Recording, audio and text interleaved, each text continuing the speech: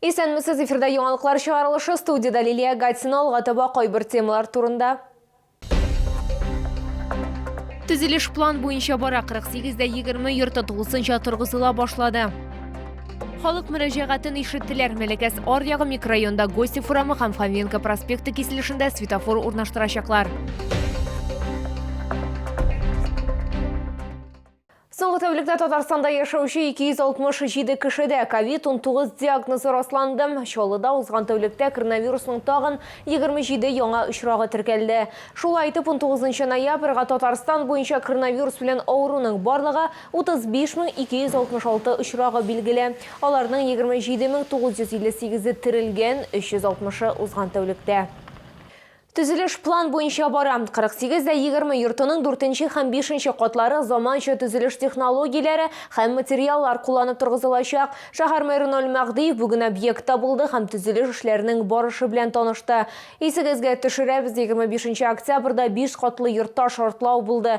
2 каты җимерелде, 4 кеше җимерекләр астында калды, 2 кеше вафат булды. 48-20 йортындагы шартлаудан соң бер ай диярлек вакыт үтте. Бу вакыт эчендә урын торгызу эшләре алып барылды. Кыска гына вакыт эчендә төзүчеләр җимерелгән конструкцияләрне сүтәргә, яңа түшәм плитәләрен, пластик тәрәзәләрне урнаштырырга, баскычларны ясарга өлгерделәр. Все необходимые средства со стороны городского бюджета, аванс в сумме 10 миллионов рублей выделены на приобретение строительных материалов, на начало работ. Потом по итогам всех проведенных работ мы уже будем смотреть, какая дополнительная сумма нужна. Но я предварительно говорил, что это будет в районе 70-80 миллионов рублей. Хәзер төзүчеләр тәрәзәләрне һәм ишекләрне герметизацияләү белән шөгыльләнә, суыклар комачауламасын һәм торгызу эшләрен акрынайтмас өчен батареялар куя. Аннары эшчеләр җылыту системасын тоташтырачак һәм электр үткәрә башлаячаклар. Биналарны бизәү һәм сантехника урнаштыру эшенә керешәчәкләр. На следующей неделе мы вторник или в среду уже планируем подать тепло и начинать уже отделочные работы. Как в 11-м подъезде, так и в 12-м подъезде, потому что там одна стена цельная, она во время дождя истерела, и она, пока отопления нету, она холодная. То есть на 2 подъездах начинаем отделочные работы.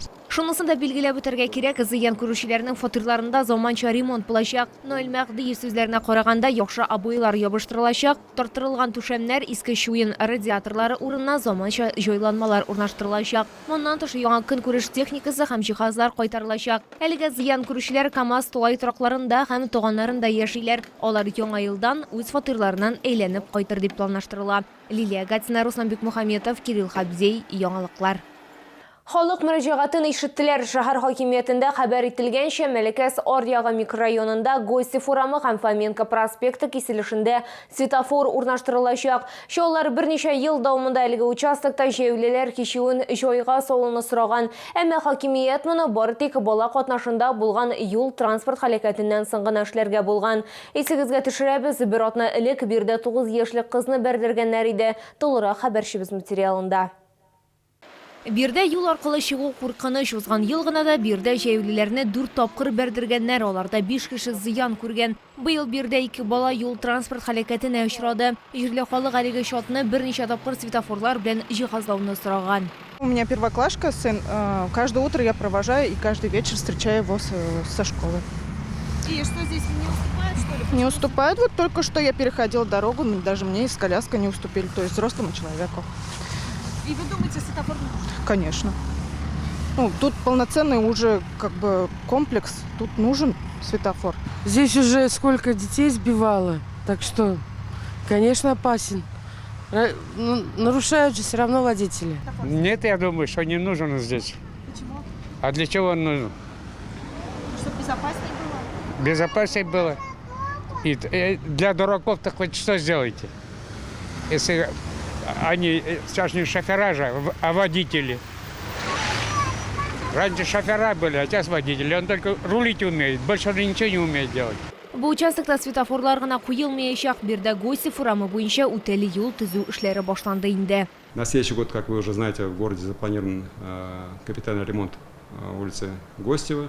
Вот как раз в планах и было заодно и провести реконструкцию этой перекрестка. Но раз уж действительно такие факты есть, и население за активно, поэтому я считаю, что Наиль Гамбарович принял правильное решение, уже не дожидаясь следующего года, уже в этом году эти работы уже на сегодняшний день у нас начались.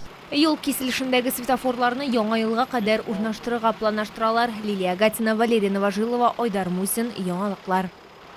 Әгәр сезнең дә бер чуган проблемагыз яисә шатлыклы хәбәрегез булса, безнең редакциянең кайнар элемтә телефонын шалтыратыгыз 51-31-31 номеры тәүлек буена эшли. Хәбәрләрегезне WhatsApp хезмәтенә дә юллый аласыз. Фотосурәтләрегезне һәм видеоларыгызны 8939-311-31-31 номеры буенча көтеп калабыз. Бәлки нәкъ киләсе чыгарылышта сезнең мәсьәлә хәл ителер.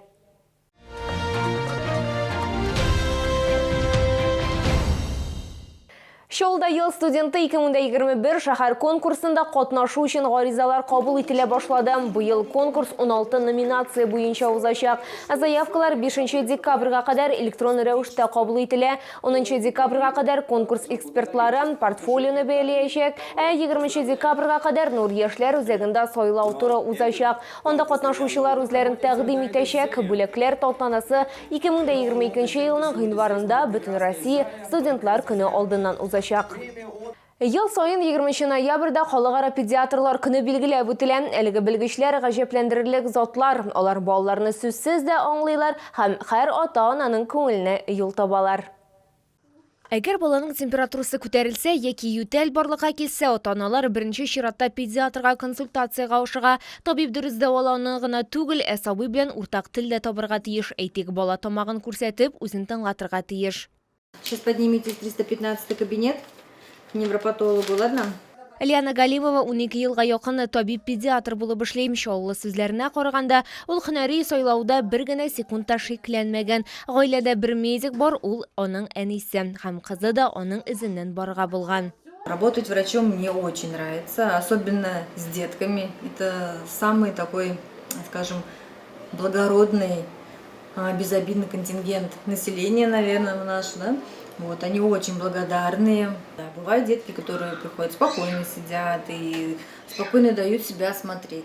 Бывают и такие, которые прям и плачут, и капризничают, и не подпускают. Каждому ребенку это, конечно, индивидуально идет подход. Һәр баланың да күңеленә юл табырга мөмкин дип раслый Шаулы. Лиана Галимова хәтта үз методикасын эшләгән, аңа бушта аның балалары ярдәм иткән. Она была маленькая, и в тот период она не понимала ни оценки, да, вот это. И говорит, мама, говорит, наклей мне наклеечку в виде как-то поощрения. Вот. Я это как-то вспомнила и предложила медсестре, говорю, слушай, может быть, мы тоже как-то детям будем там, наклейки клеить, да, либо, может быть, мы будем дипломчики как-то, может быть, введем. Шул вакыттан бирле барлык яшь пациентлар да яхшы тәртипле өчен дипломнар алалар. Ата-аналар да эшкә мондый карашны хуплыйлар гына. Самое главное, чтобы лечение было действительным, чтобы оно помогло. А так, нам поликлиника нравится, врачи все очень отзывчивые, ответственные, не грубят и всегда придут на помощь. Халыкара педиатрлар көне ел сайын 20 ноябрьдә билгеләп үтелә. Лилия Гатина, Ленар Султанов, яңалыклар. Бу сезгә ишеткерәсе соңгы мәгълүматыбыз иде. Мин Лилия Гатина, сезнең белән сау булашам, исән-имин булыгыз.